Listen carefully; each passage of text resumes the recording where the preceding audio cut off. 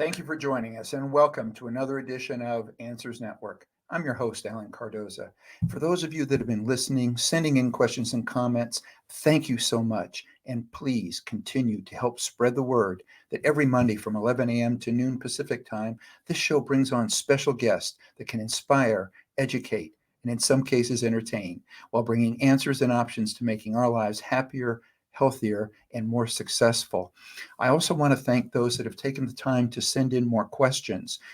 What we're doing now is that we are taking your questions and we are putting them directly to the person that can answer them best. And that's one of the things that we have done today. So now remember, and if you can't listen live, all of our shows, including this one, can be found at answers.network. So I would also really appreciate it if you could all do me a big favor. Please forward one of our shows to your social media group and to someone you know who can benefit from a particular subject. This is one powerful way that we can make a positive influence in the world together. Now, we may have a co host that's going to pop in with us a little bit later, but for the time being, we are going to get started. And I want to tell you that our initial question today came from Kathleen in Highland Park, Illinois. And she asks, I have two children, ages 9 and 12, and feel like I'm losing control. When I try to set boundaries, I feel like the teachers at the public school that they're attending are sabotaging my ability to parent my children. My 12-year-old has said no to cleaning her room, turning off the TV, and coming right home after school. When asked, her response has been that she has learned that kids don't have to do those things anymore, or she has said the other kids don't have to do those things, so why should I? It says that she spoke to the school principal who told her that they are only teaching what the school board advises them and not to specifically disobey their parents. What can I do before this behavior gets any worse? Now, to provide answers to this question and more, our guest, Kiva Schuler, is the founder of the Jai Institute for Parenting, which has been training parenting coaches globally since 2011. And most importantly, she's mom to Miles and Charlotte, who inspired her journey toward her life's work, which is to change the world by changing many ways in which parents parent. Kiva's passion for parenting stems from her own childhood experiences, unfortunately, of neglect and trauma. Now, like many of her generation, she had a front row seat to witness what she did not want for her children. In many ways, Jai is the fulfillment of a promise that she made to herself when she was 16 years old, that when she had children of her own, she would learn to parent them with compassion, consistency, and communication. Kiva, welcome to Answers Network. Thank you so much for having me. That question hit me right where I live.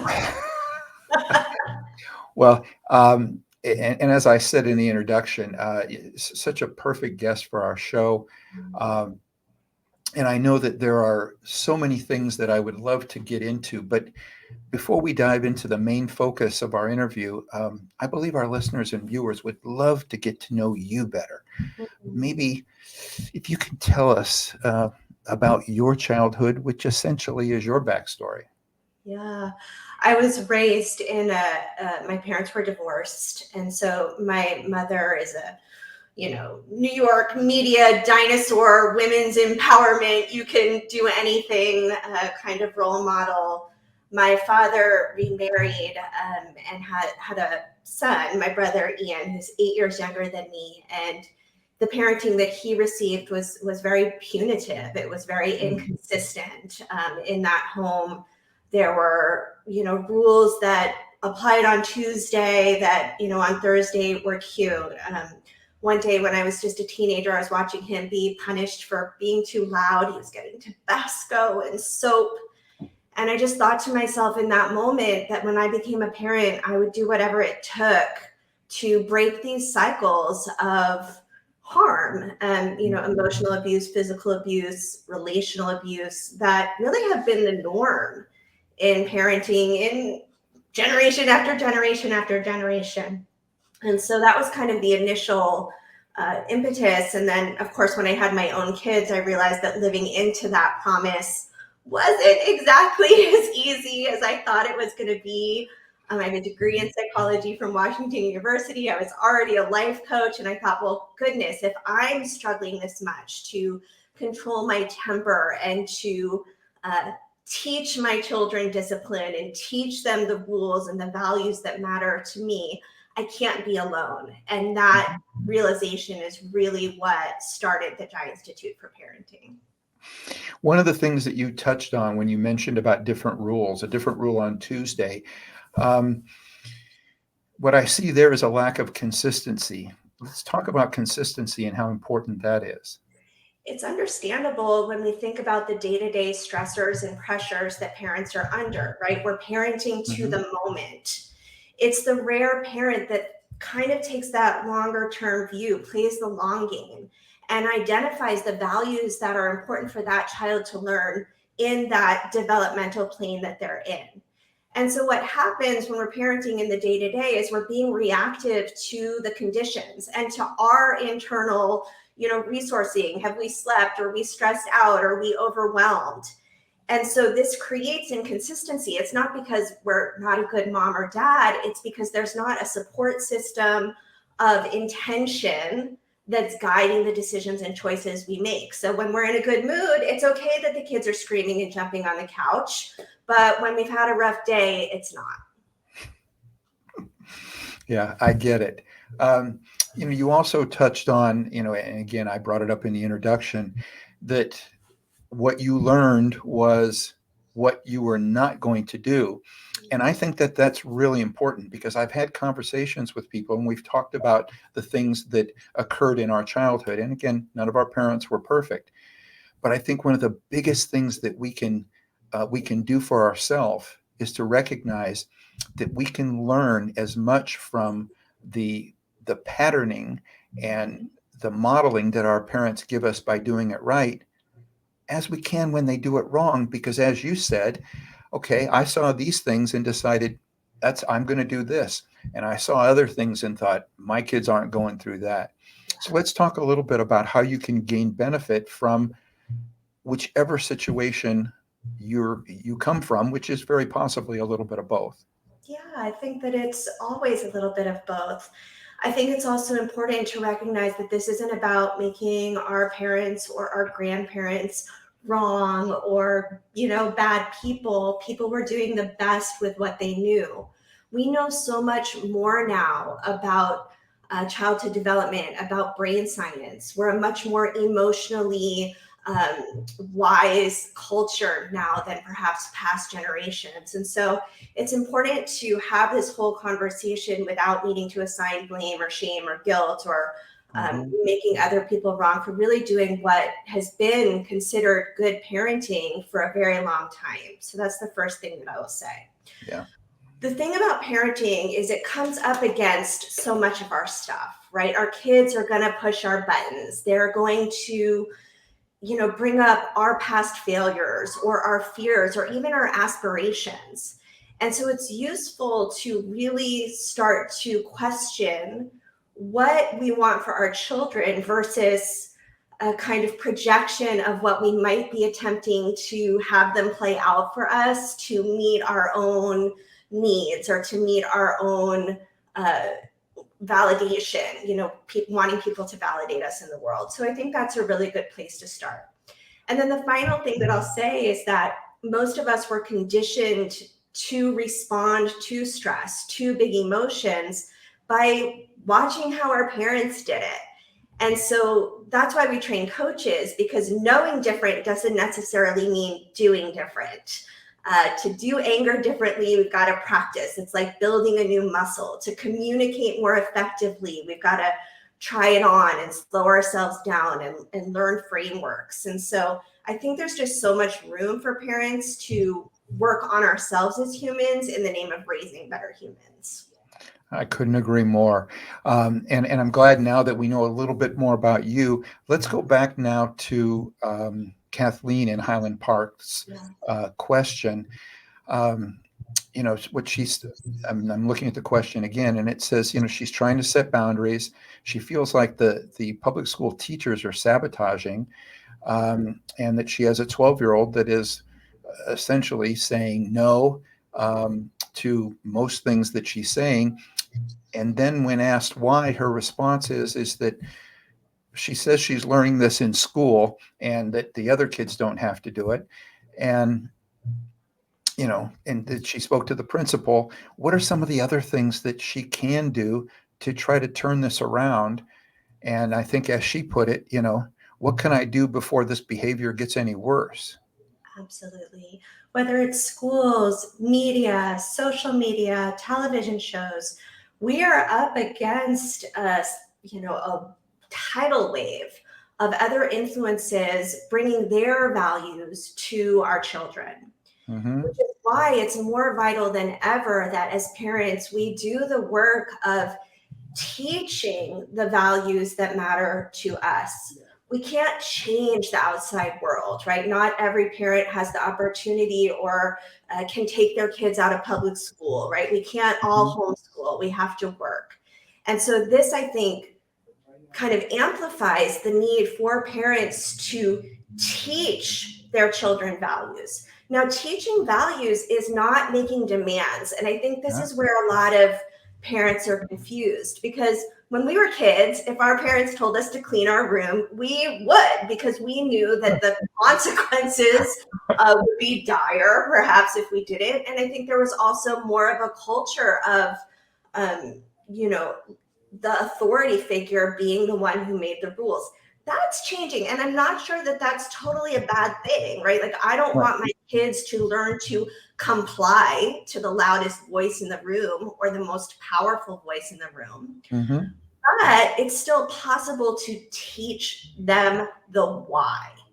And that's what I think the real distinction is. Because if it's clean your room and there's not a reason, that's where we're going to get into power struggles.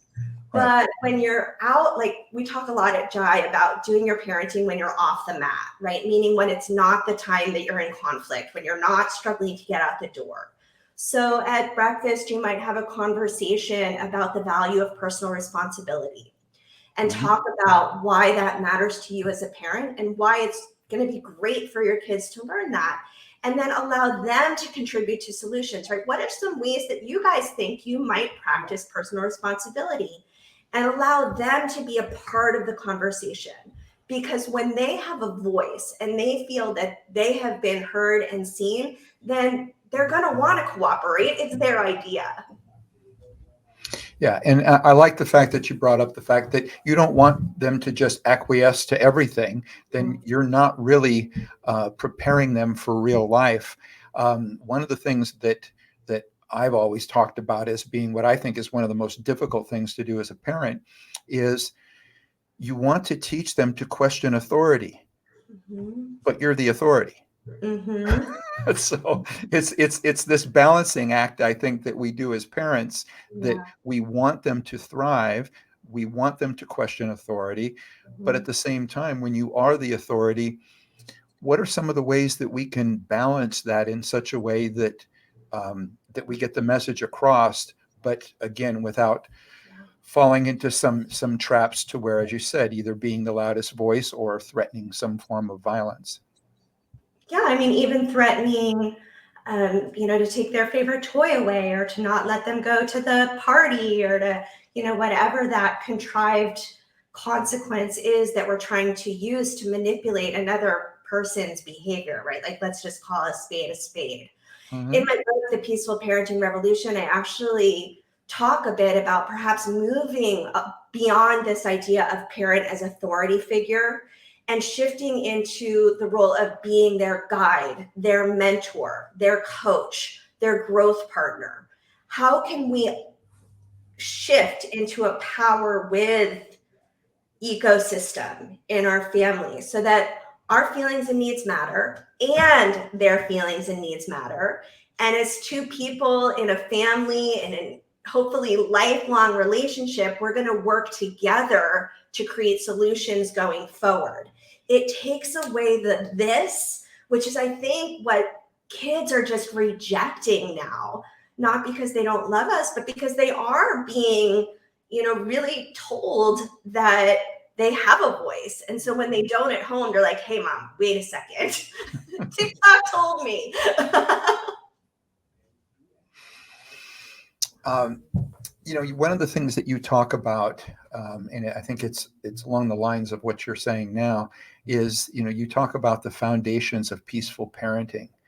Um, Share with us a little bit about that, and how, when you're coaching a family, how the parents can learn to do this and feel comfortable with it.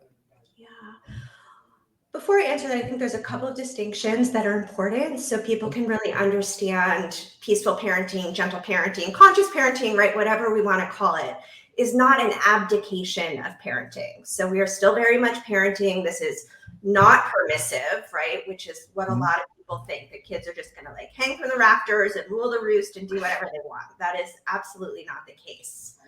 Peaceful parenting is also not prescriptive, which can be frustrating for people, right? We want like the black and white, the script, do exactly this all the time. But that's not how humans work. That's not how life works. It's a bit more in the nuance, right? Where sometimes we're going to exert more kind of power over tactics, and sometimes we're going to give a really long leash and allow our children to live into the consequences of the decisions that they make. And so there is a lot of ebb and flow. Mm-hmm. So with that introduction, what I will say is peaceful parenting is way less about what you do, right? It's way less about strategies and tactics than who you are. This is why our work is parent-centric. We're not here to tell anybody how to raise their kids. We support parents to learn some skills like nervous system regulation, like effective communication, like values-led leadership. We teach parents to be emotionally intelligent because children have mirror neurons, and that's how they learn to be emotionally intelligent. And so these foundations are really the inner work of becoming a parent, a leader, if you will, that can parent very effectively without resorting to tools of harm, control, fear, compliance. And as you're saying that, I was envisioning modeling how important it is, that I think we spend so much time thinking about all the things that we have to say, and sometimes you just have to model it. So let's talk about what parents can be doing modeling, and how valuable that is. It takes so much courage and humility to be willing to look in the mirror honestly and notice how many of the behavior patterns that we're trying to correct in our children started with us. The story I tell is at Disney with my kids, probably a decade ago. And there was a family, my heart just broke, and the dad is just losing his mind. I paid so much money for us to have fun on this vacation. And the kids were all crying. And I thought, no wonder our children, lose it. We lose it. No wonder they yell. We yell. No wonder they try to grab control back, because we're taking their power away. And so to answer your question, I'm just always impressed with any parent who's willing to say, you know what, I'm going to take the lens of behavior change off my child for just a hot minute and maybe focus on how I might shift how I'm doing some things, because children do what we do. They don't always do what we say, as we know. Well, when my children were not children anymore, but when they were maybe 8 years old. Wait, I think my youngest was anyway 8 or 10 years old. It was my oldest at that point. And I was a room dad at a very early age for them. And in fact, when they had to change the form, because the form said room mom, and then they said, well, we're going to change it because we actually have a man now. But during the time for putting on plays and things like that, I put on a rap, and this was about the time that the first Men in Black movie came out. And I used the music from that, but I rewrote it. And I wrote it, and my son and his best friend went out dressed like the Men in Black. And it was a message to the parents because I wish I could remember it exactly, but it was, you know, you know, just remember that everything that you do is what we're watching, and that's what we see. So anyway, it was, and I had many parents afterwards that came up to me afterwards and talked about it and stuff, and some thanked me, some looked at me funny, but but yes, I thought if we can get a message out there rather than the typical type of thing that they have at one of these plays, if we have something to where the parents come away with a message and say, wow, okay, they're looking at me. And yet it was done at a time in which rap made sense. It didn't make sense to me, but it made sense to the kids that were saying it, and probably some of the younger parents that were there as well. But I think that's another point that I'd love to touch on is, let's talk about communicating to them in their voice, in something they understand, instead of using all the words that by being around as long as you have, and then not realizing that they didn't understand what you just said. Yeah. Our coaches are trained with a certain level of childhood development because, obviously children, we are parents to the child that we have, right? To the age that they are, to their neuronormativity or neurodiversity, to different conditions that children are facing.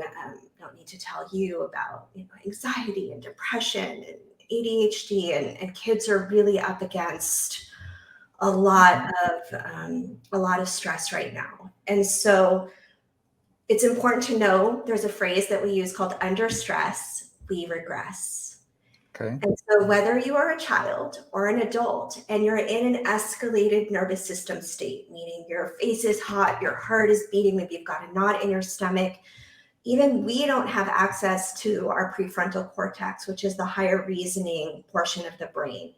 Children do not have fully developed prefrontal cortexes until they're into their mid-20s. And so what you're speaking to is what Dr. Dan Siegel refers to as mindsight. It's the science of empathy. And as parents, if we can remember that the person we're communicating with doesn't even have a fully developed brain yet, and when they're under stress, they regress, we want to speak to them in a way that meets them where they are. So people ask all the time, how do I get my 2-year-old to stop tantruming? Or how do I get my 4-year-old to sit still in church? How do I get my teenager to listen to me?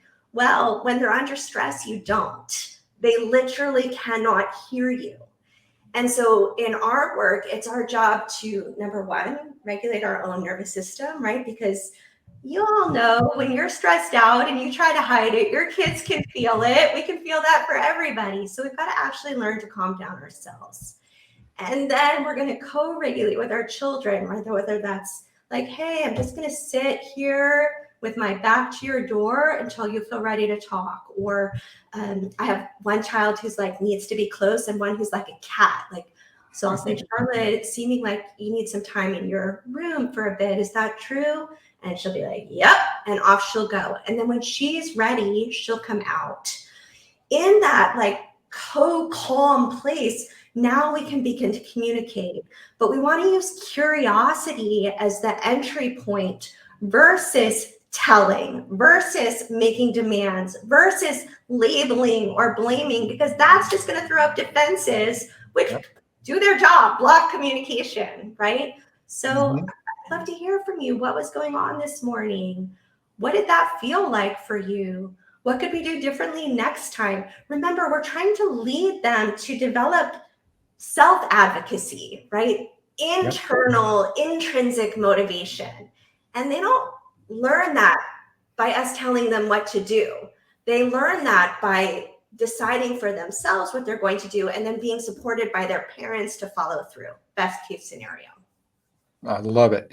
We're speaking with Kiva Schuler, and her book is The Peaceful Parenting Revolution, Changing the World by Changing How We Parent. So I got a question, because is it revolution or evolution, or are they Yes, supposed to, huh? it's both. It's both. That's what I It's thought. both. Yes, because it's an evolution. Because again, I really do have a lot of grace and compassion for parents who were doing what they are and are still, right? There's so much in our culture that says that, tough love, harsh parenting, using discipline is good parenting, right? And so I understand that, but I think that there's an evolution here that's possible. We live in a different era. We're no longer in the industrial age where success is determined by our ability to follow the rules and fall in line. We're living in a time where creativity, cooperation, risk taking, right? Being willing to use our voice in fighting against injustice, that starts in childhood. And so it's more important than ever that we raise kids in a way that preserves their self-confidence, their self-esteem, their creativity, and raises them to be the leaders that are going to go out into the world and solve the very real problems that they have. So yeah, it's an evolution and a revolution. I love it. And we're going to take a break, but we will be right back. So stay with us. You're listening to or watching Answers Network. Conflict International are experts at uncovering the truth. Our specialist team has decades of experience in providing a range of bespoke investigation and intelligence services to companies and individuals. Whether you need professional screening or background checks of employees, due diligence of potential clients or business partners, asset tracing services, or surveillance, Conflict International has a rapid response team on hand to get you to the heart of the matter. Our key strength is in our global capabilities. We can tap into an extensive network of trusted professional investigators based in most jurisdictions worldwide, enabling us to go almost anywhere a case takes us. Conflict International has decades of experience with a diverse range of skills among our team, developed from backgrounds in military and security intelligence services, as well as practiced lawyers. Visit our website today at conflictinternational.com to find out more about our services. That's conflictinternational.com. Global reach, local knowledge. And we're back. We are talking about parenting, and we're really getting into kind of the nuts and bolts of the book and some of the things that that you can learn from the book. And one of the things that you speak and write about is discovering what the parents really want for their kids.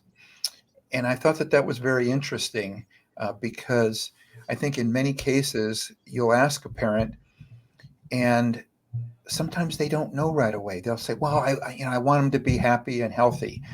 Okay, that's great, but let's go a little deeper. And I love the fact that in your writing, you do talk about the importance of discovering that. So share a little bit about it. It's really important because there are so many expectations on parents of what success means or what happiness looks like, especially in certain parts of the country where there's, just an achievement culture that could drown the best of us, right? These kids are being asked to live into really extraordinary ideals. And so I think it's useful as parents who want to provide a different kind of foundation for our kids to really think about what matters to us and kind of, take a minute to notice what is perhaps coming from our family of origin or our community or our culture versus what is authentically ours. Some of these concepts that we discuss or that I discuss in the book are nuanced, right? Of course, we want children to be respectful, but what does that mean? Of course, we want them to be fulfilled, but what does that mean? Of course, we want them to be disciplined, but what does that mean? What does it look like? The more specific we are in what we want to teach our children, the better chances of a positive outcome, because we can actually support them to learn those things versus some vague concept that we haven't even explored ourselves. Mm-hmm. Well, along these lines, let's talk about when parents push their kids to follow in their footsteps Exactly. And what could possibly go wrong? It's so understandable. I certainly fell into that trap. I was a dancer growing up and had a career ending injury in college. And I was just sure that I was going to give birth to the next, ballet dancer extraordinaire. Well, Charlotte came along and she had her own opinions and dreams and things that she wanted to do. And I had to realize that I was placing my unlived, didn't happen future on the shoulders of this little 7-year-old girl. That's not fair. And I think that when we do that, what we risk is trust in the relationship. And children feeling that if they don't live into this dream that we have for them, that they are somehow going to lose our love and affection. And so it's a tricky one, right? We want to support our kids to reach their potential, to try new things, to have outlets, to move their bodies and their minds. It's about discernment, right? What is actually for this child, and what's maybe something that I'm doing that's trying to fill a hole inside of me? And I think that's a great point. And I think there's a couple of different sides of it that I'm thinking about, but it reminded me of one of my sons coming to me because I immediately put them in baseball. I'm a big baseball fan. And so I had them in baseball in Little League, and I was one of the assistant coaches. And at one point, when it was time for the next season, my oldest at the time came up to me and said, Dad, I really, really I know that you really like baseball. I want to do hockey. And it was really hard for him to do that.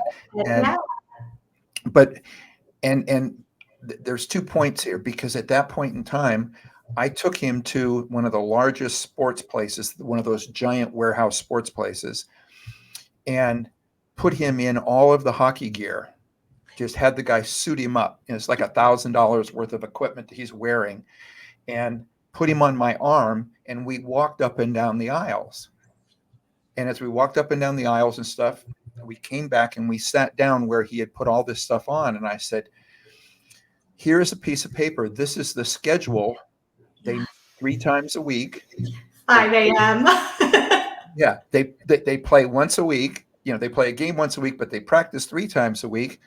So that we're finishers. So should I make the commitment to buy this if you're going to make the commitment to do it?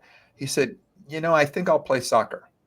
I love it. I mean, what I love about that story, Alan, is you didn't say no. And to me, this is a perfect illustration of stepping into that role of guide. You showed him. You did not tell him, right? So we can have an idea of how the lesson that we teach is going to play out, but what a more powerful decision for your son than had you said, no way, no how, you're doing it my way because I'm the adult. That's the shift that I'm talking about. I love that story. Yeah, but between you and I, inside, I really wanted a baseball player. Oh, yeah. And that's our work, right? Our work as parents to grieve that dream, to mourn their decisions. That is not a fair expectation to put on children, that they follow a life path that causes us the least emotional pain, like we're the grown-ups.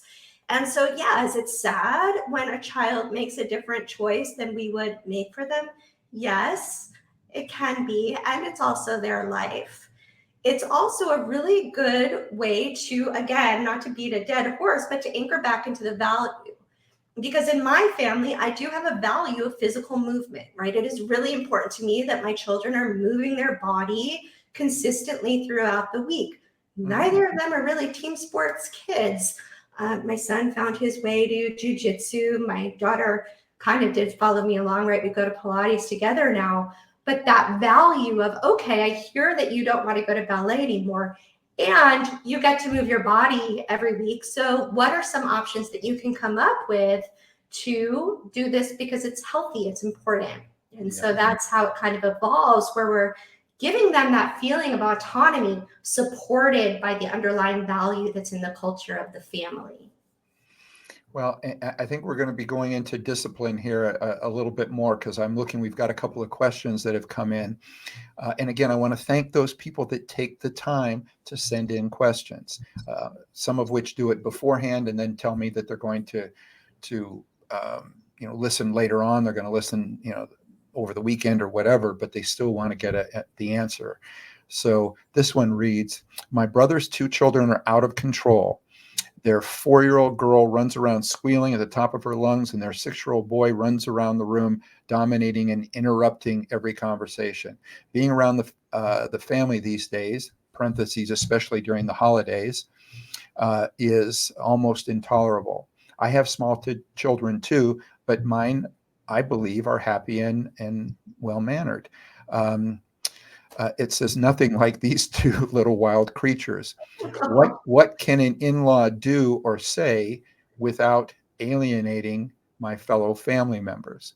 And this is from Barry in New York. It's a tricky one. One of the things about parenting is it's so tender. There's this idea that if we were a good person, we would know how to parent, or, no one would criticize our children. And so you're coming up against shame. And the natural human reaction to shame is defensiveness or righteousness, right? We're going to defend our position because we don't want to feel an uncomfortable feeling. So I tend to be in the camp that really the only children that we can parent by and large are the ones living under our roof. That being said, depending on the relationship that you have with your brother, you might, outside of the house, right? Again, that kind of like co-regulated space where everyone's cool, name some concerns from a place of empathy, right? Because as soon as someone feels judged in their parenting, the defenses are going to go up naturally. So that's number one. Number two, if it were me, I would use this as a teaching example for my own children. How does it feel when you see those kids running like that? Ooh, what do your ears feel, right? Because while it may not be an ideal situation for holidays, you're not there all the time. And what a lovely contrast to reinforce good manners and saying thank you and sitting at the table for the children that are under your roof. How old are your kids now? Oh, 16 and 18. We just made our college commitment yesterday. 16 and 18.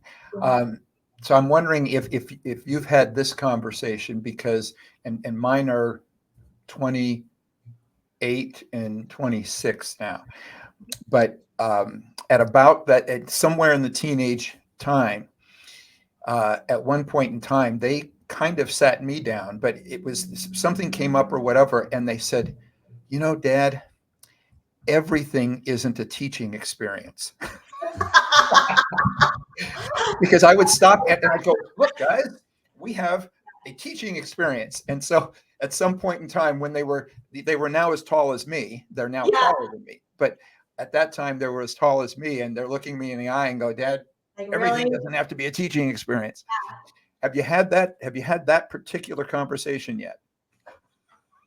They definitely laugh at me, because I am a very optimistic, positive person. Maybe you could even call me Pollyanna-ish at moments. And so they like to poke fun.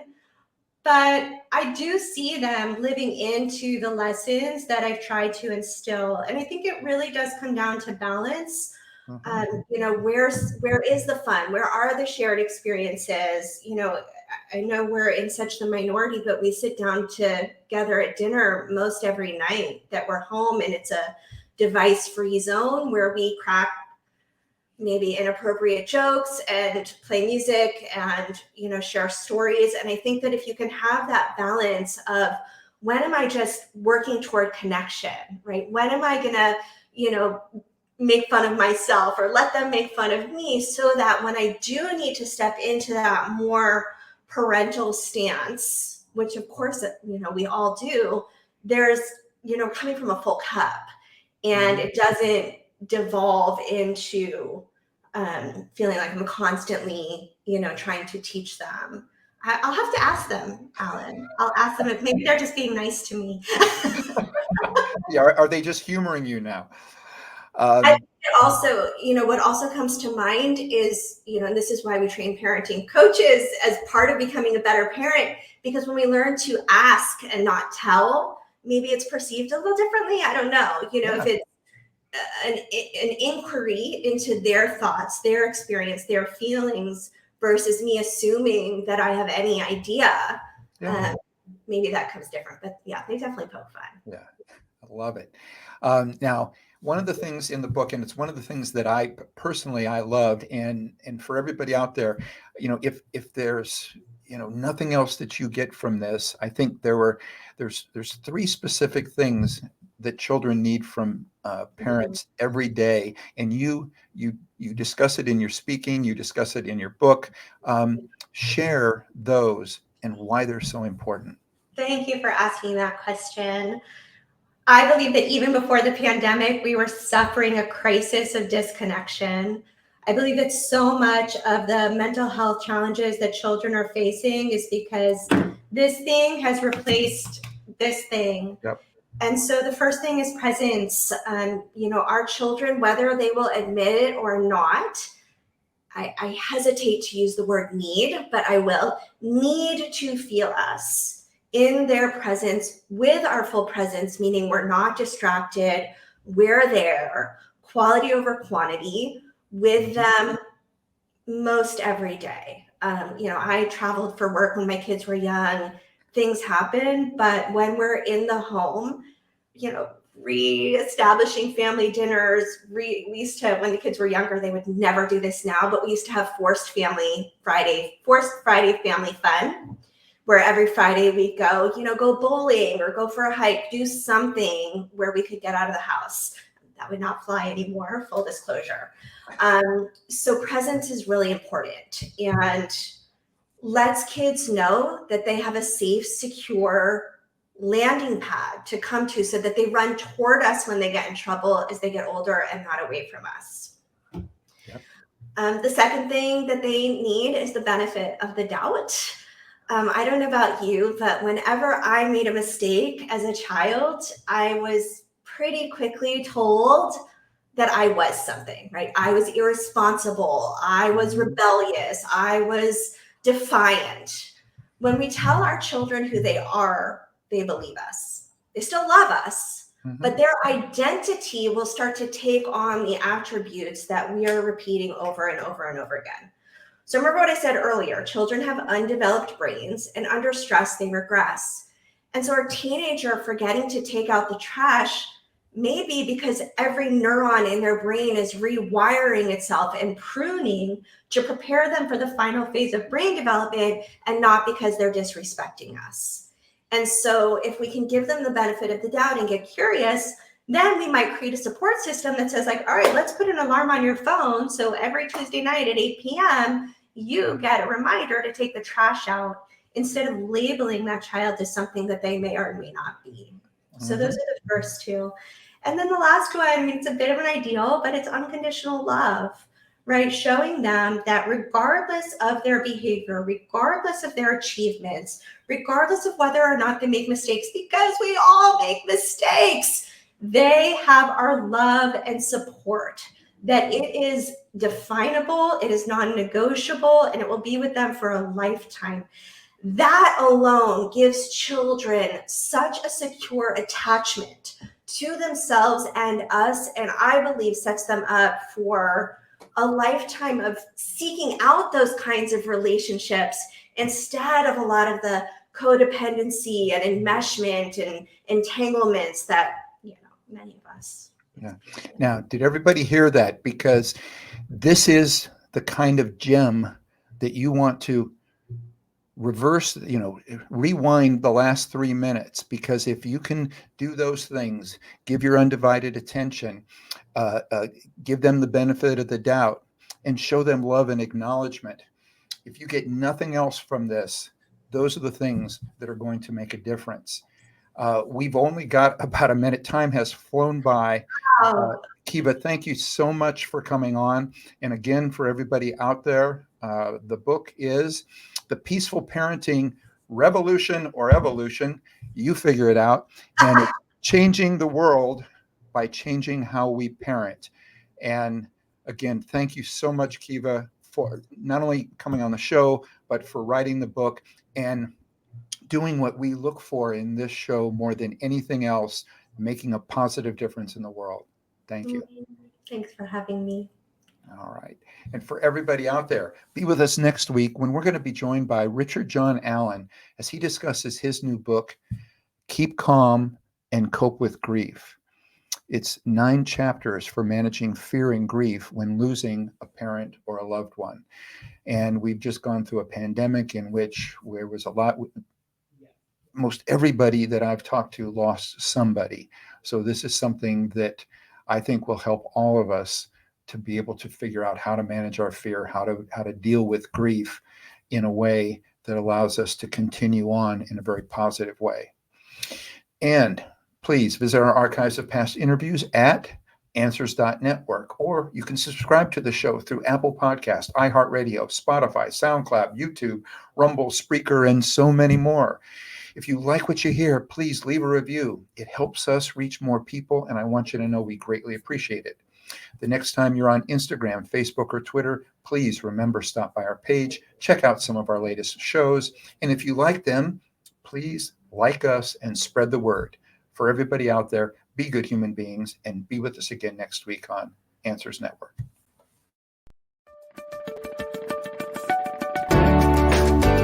You're listening to Answers Network with Alan Cardoza, only on LA Talk Radio.